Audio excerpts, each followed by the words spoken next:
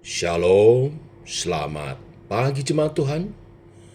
Berjumpa kembali dalam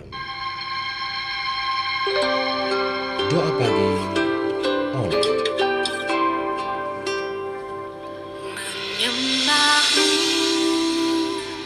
seumur hidupku, memujimu sepanjang usiaku. Oh Yesus, Tuhan, Kau mulia, Kau yang layak untuk disembah.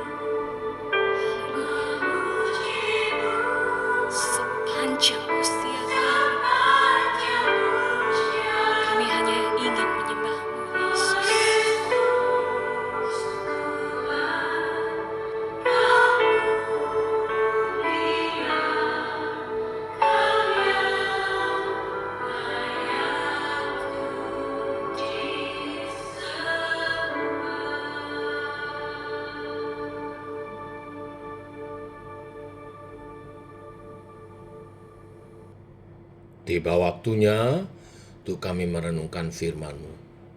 Firman-Mu lah suluh dan terang bagi jalan kami. Berfirman Tuhan, terangi jalan kami, tuntun langkah kami, seturut rancangan-Mu. Dalam nama Tuhan Yesus Kristus. Amin. Bapak Ibu, kita lanjutkan seri akhir zaman Matius 24 ayat 36 sampai 44. Demikian firman Tuhan. Tetapi tentang hari dan saat itu tidak seorang pun yang tahu. Malaikat-malaikat di surga tidak, dan anak pun tidak. Hanya Bapa sendiri. Sebab sebagaimana halnya pada zaman Nuh, demikian pula halnya kelak pada kedatangan Anak Manusia.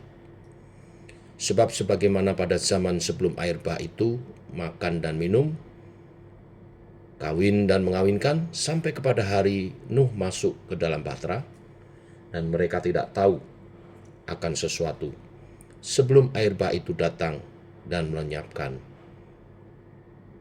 mereka semua. Demikian pula lah halnya kelak pada kedatangan Anak Manusia. Pada waktu itu kalau ada dua orang di ladang, yang seorang akan dibawa dan yang lain akan ditinggalkan. Kalau ada dua orang perempuan sedang memutar batu kilangan, yang seorang akan dibawa dan yang lain akan ditinggalkan. Karena itu berjaga-jagalah, sebab kamu tidak tahu pada hari mana Tuhanmu datang. Tetapi ketahuilah ini, jika tuan rumah tahu pada waktu mana pada malam hari pencuri akan datang, sudahlah pasti ia berjaga-jaga dan tidak akan membiarkan rumahnya dibongkar. Sebab itu hendaklah kamu juga siap sedia, karena Anak Manusia datang pada saat yang tidak kamu duga. Amin. Sampai di sini pembacaan kita. Bapak Ibu, kita telah membahas sebelumnya, Yesus memberi peringatan tentang kehancuran Yerusalem yang akan terjadi, dan bagaimana orang-orang percaya kepada Dia harus segera pergi meninggalkan Yerusalem jika bencana itu telah dekat. Umat Tuhan terpencar, yang kita kenal dengan istilah diaspora. Tetapi Tuhan Yesus memberitakan hal yang lebih penting lagi, yaitu menjaga diri dari penghakiman Allah. Peperangan, serangan bangsa Romawi, dan penaklukan oleh kerajaan dunia ini tidak sebesar penghakiman kekal Allah. Di dalam ayat 36, Yesus mengatakan bahwa saat penghakiman akhir ini akan tiba, dan tidak ada seorang manusia dan malaikat pun yang tahu kapan saatnya. Bahkan Yesus sebagai manusia pun tidak tahu kapan waktunya. Hanya Bapa di surga yang mengetahui kapan waktunya. Jika pemusnahan Yerusalem tidak lama lagi terjadi, maka penghakiman akhir akan tiba pada saat yang tidak disangka-sangka.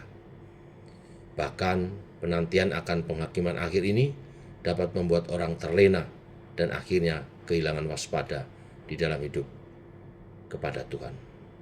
Di ayat 37 dikatakan bahwa penghakiman itu akan datang tiba-tiba seperti pada zaman Nuh. Saat semua orang sedang menjalankan hidup dengan mencari semua kesenangan sia-sia, saat mereka tidak sadar bahwa penghakiman Allah sudah dekat, tiba-tiba air bah itu datang dan melenyapkan mereka. Sebenarnya air bah tidak datang mendadak, bukan? Tetapi karena mereka mengabaikan segala peringatan yang telah diberikan kepada mereka, maka air itu menimpa mereka tanpa ada kesempatan mereka dapat menghindarkan diri darinya. Demikian juga pada waktu kedatangan Anak Manusia yang kedua kalinya nanti. Ada orang-orang yang akhirnya meninggalkan Dia karena merasa Tuhan tak datang-datang. Ada orang yang tetap bertahan dan setia kepadanya. Ada orang-orang yang sama-sama di ladang. Ini menunjukkan bahwa sepintas keduanya memiliki kehidupan yang sama, tetapi ternyata yang satu peroleh keselamatan di dalam Kristus, sedang yang lain tidak. Ada yang tergoda untuk mengabaikan apa yang dulu pernah didengar, dan membuktikan bahwa dari dulu orang-orang seperti ini tidak pernah sungguh-sungguh menanggapi firman Tuhan. Dan karena itu tidak termasuk orang-orang yang akan luput dari hari penghakiman. Tetapi ada orang yang sepenuh hati dan jiwa menanti kedatangan Kristus kedua kali. Maka Yesus memberi nasihat kepada murid-murid agar mereka berjaga-jaga. Apakah perkataan ini dikatakan kepada individu atau seluruh umat Tuhan, yaitu gerejanya? Dua-duanya harus mengingat perkataan ini. Secara individu, seluruh orang percaya harus menguji diri maksudnya.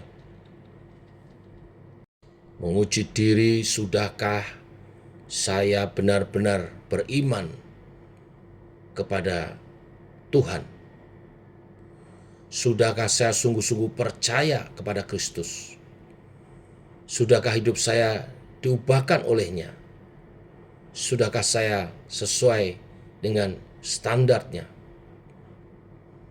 Sudahkah kebenaran firman mengerjakan di dalam saya perkataan firman itu mengubah hidup saya? Inilah pertanyaan-pertanyaan yang seharusnya setiap hari kita terapkan pada diri kita sendiri. Iman kita kepada Kristus harus disertai dengan perubahan hidup yang konsisten. Konsisten bukan perubahan hidup yang hanya sementara saja, tetapi setelah itu kembali kepada kehidupan yang lama.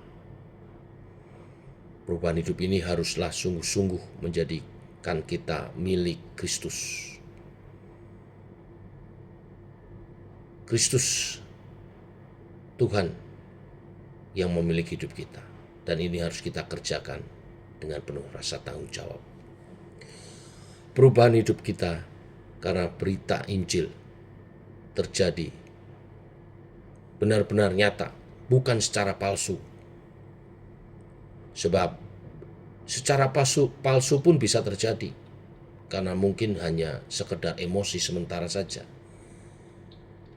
saat menanggapi panggilan Injil. Mungkin juga hanya karena pengaruh lingkungan, ikut-ikutan saja, tetapi tidak benar-benar masuk ke dalam hati kita. Mungkin juga atas teguran hati nurani, tetapi bukan karena gerakan Roh Kudus yang membawa kita kepada pertobatan, membawa kita menerima Injil Kristus secara sejati. Pertobatan yang sejati harus disertai dengan perasaan takut akan Tuhan. Pertumbuhan rohani sejati harus memperjuangkan perasaan takut akan Tuhan itu.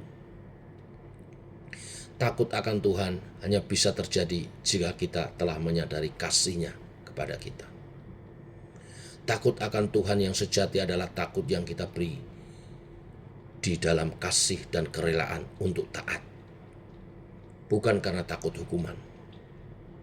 Takut yang benar, inilah yang membuat kita sadar bahwa Yesus Kristus ada bersama-sama dengan kita dan senantiasa menyertai kita melalui penyertaan Roh Kudus-Nya.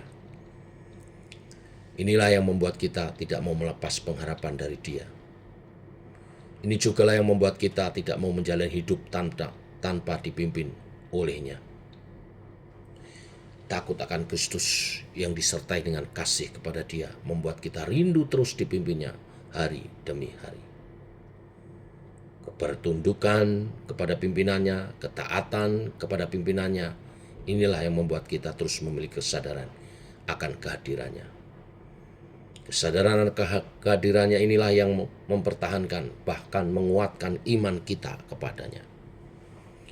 Iman kepada Tuhan, inilah yang menumbuhkan pengharapan akan kedatangannya kedua kali.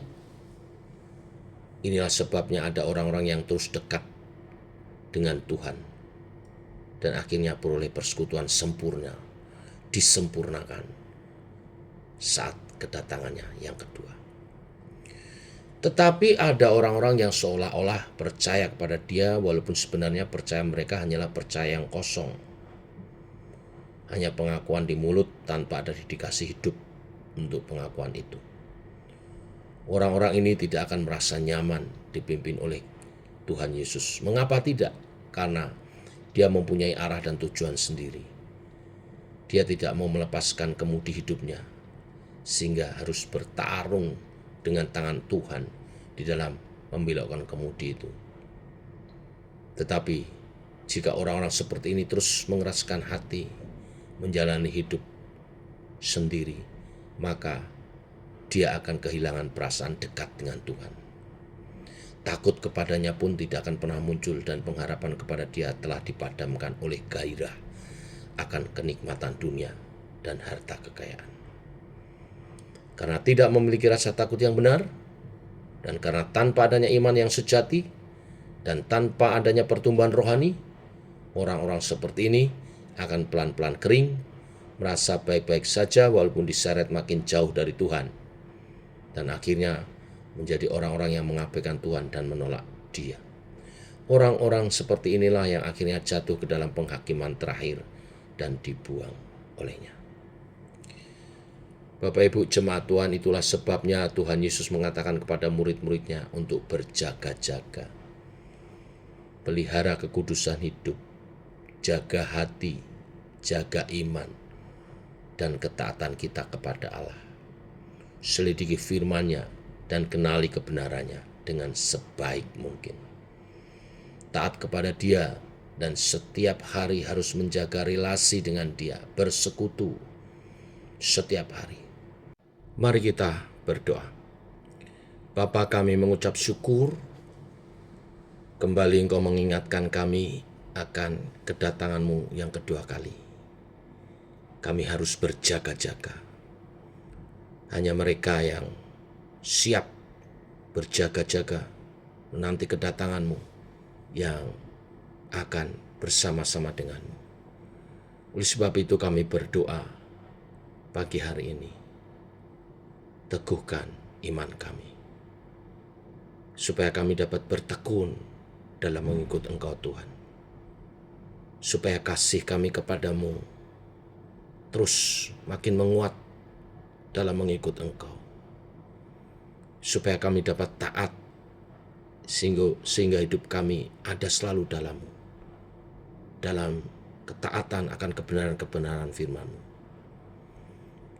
Kami berdoa supaya kami dapat menjalani hidup dengan sekuat mungkin dan sebaik mungkin di dalam kekudusan, agar dapat menyenangkan hati Tuhan. Dan bila Engkau datang kedua kali, kami siap menyambut-Mu. Ini doa kami Tuhan, dalam nama Tuhan Yesus Kristus. Amin.